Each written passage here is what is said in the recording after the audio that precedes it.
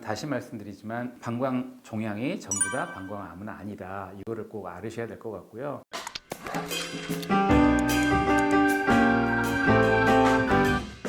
안녕하십니까. 골드만 비뇨기과 민승기 원장입니다. 오늘은 방광 종양에 대해서 말씀을 드려볼까 합니다. 요즘에 이제 건강검진들을 많이 하시고요. 또 과거에 그 초음파 검사가 건강보험급여가 적용이 되지 않을 때는 상당히 이제 고가의 검사였는데 몇 년 전부터 거의 대부분의 초음파 검사가 건강보험급여화가 되면서 뭐 여러 가지 목적으로 초음파 검사들을 많이 하게 됩니다. 그랬을 때 방광도 상당히 이제 초음파를 많이 보게 되거든요. 그러면은 초음파로 볼 때 방광 안에 혹이 있다 이런 경우가 상당히 늘어나고 있습니다. 사실 방광 종양이라고 하는 거는요. 또 종양이라고 하면 대부분 일반 일반 분들께서는 이제 방광암 이렇게 생각을 하시는데요.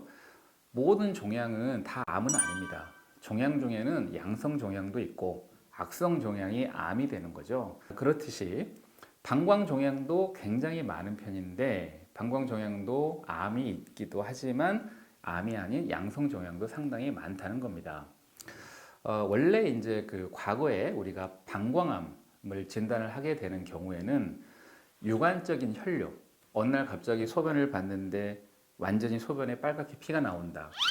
게다가 통증이 전혀 없다. 그래서 무통성 유관적 혈뇨가 있으면 상당히 확률이 높게 방광암이 진단이 되고 했었습니다. 그렇지만 이제 요즘에는 그렇게 유관적인 혈뇨가 있어서 오셔가지고 방광 종양이 발견되시는 분도 있지만 이제 검진을 통해서 초음파 검사를 통해서 방광에 혹이 있어요 이렇게 오시는 분들이 상당히 많이 있습니다. 다시 말씀드리지만 방광 종양이 전부 다 방광암은 아니다. 이거를 꼭 알으셔야 될 것 같고요. 그러면 이제 방광에 혹이 발견이 되면 어떻게 하느냐? 당연히 진단하고 치료를 해야죠. 그런데 이 방광 종양을 가장 정확하게 확인하는 방법은 방광 내시경입니다.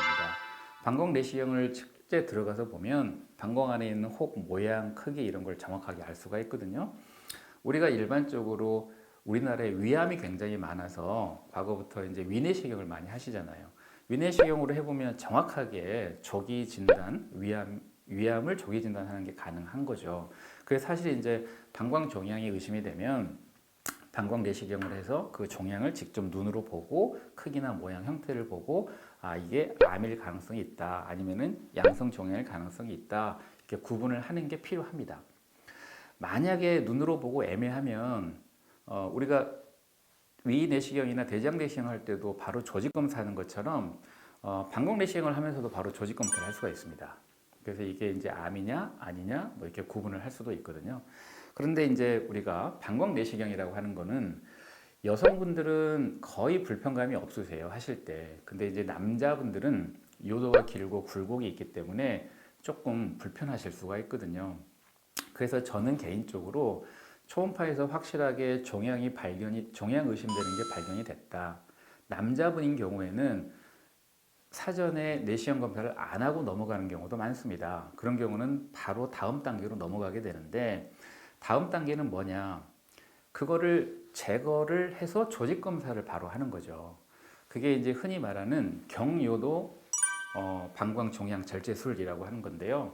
당연히 이제 그거는 마취를 하고 들어갑니다. 마취를 하고 들어가서 보통 뭐 척추 마취만 해도 충분하거든요. 척추 마취를 하고 들어가서 보이는 종양을 제거를 직접 하고 그거를 이제 제거한 조직을 가지고 조직 검사를 해가지고 암이냐 아니냐 이렇게 구분을 하게 되는 거거든요.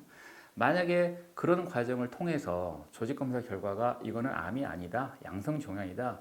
그럼 그걸로 바로 치료가 끝나게 됩니다. 즉 한 번으로 해서 진단과 치료까지 끝나게 되는 거죠. 그래서 그런 경우는 제 생각에는 굳이 사전에 내시경 검사를 할 필요가 없다. 바로 경료도 방광 종양 절제술을 해도 된다. 이렇게 생각을 하게 됩니다. 만약에 이제 크기가 조금 큰 경우에도 요즘에 이제 워낙 내시경 장비가 발달이 돼서 대부분의 방광 종양은 한 번의 방광 종양 절제술로 대부분 방광 내에 있는 종양은 제거가 다 가능합니다. 근데 이제 만약에 그게 암이다. 그러면은 이 암이라고 하는 게 특성이 파고들거든요. 그래서 이제 방광벽 쪽으로 파고들었다, 방광벽 바깥쪽까지 퍼져나갔다. 그럴 때는 경료도 방광 종양 절제술로 완전한 절제가 안 되는 경우가 생깁니다. 그러면 이제 2차로 방광을 제거하는 수술을 하든가 아니면 뭐 항암 치료를 한다든가 이렇게 이제 2차 치료로 넘어가게 됩니다. 그래서 모든 방광 종양의 1차적인 진단과 치료 방법은 경료도 방광 절제술을 하는 거죠. 그 이후에 조직검사 결과에 따라서 뭐 모든 게 달라지는 겁니다. 다시 말씀드리지만 양성 종양은 그걸로 진단과 치료가 그냥 한꺼번에 끝나는 거고, 혹시 이제 방광암이 나왔다 그럼 이제 그 다음 단계에 따라서 이제 여러 가지 방법으로 관리를 하게 됩니다. 사실 방광암 중에서도요, 표재성 방광암이라고 하는 경우가 거의 대부분입니다. 표재성 방광암이라고 하는 것은 방광 내부에서 살짝 방광 안으로 튀어나와 가지고 방광벽을 깊숙이 침투하지 않은 경우고요.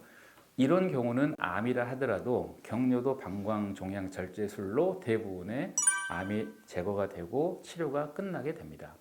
혹시라도 다발성이거나 아주 살짝 침윤을 했다 하는 경우라 하면 방광 내에 약물 주입하는 치료가 또 있거든요. 대표적으로 우리가 그 결핵 예방주사 맞는 BCG 이런 거를 방광에다가 약을 넣어주면 조금 남아있는 방광암도 없어질 수가 있고요. 이제 재발률을 확실히 떨어뜨려주는 치료법이기 때문에 그런 거를 하기도 합니다. 그리고 이제 혹시라도 조직 검사를 했더니 이게 침륜성 방광암이다. 그런 경우에만 한해서 2차 방광 절제술을 하거나 항암 치료를 하거나 방사선 치료를 하거나 이런 식으로 이제 다음 단계로 넘어가게 됩니다. 그래서 그 우리가 이제 우연이라도 초음파에서 방광 종양이 발견이 됐다.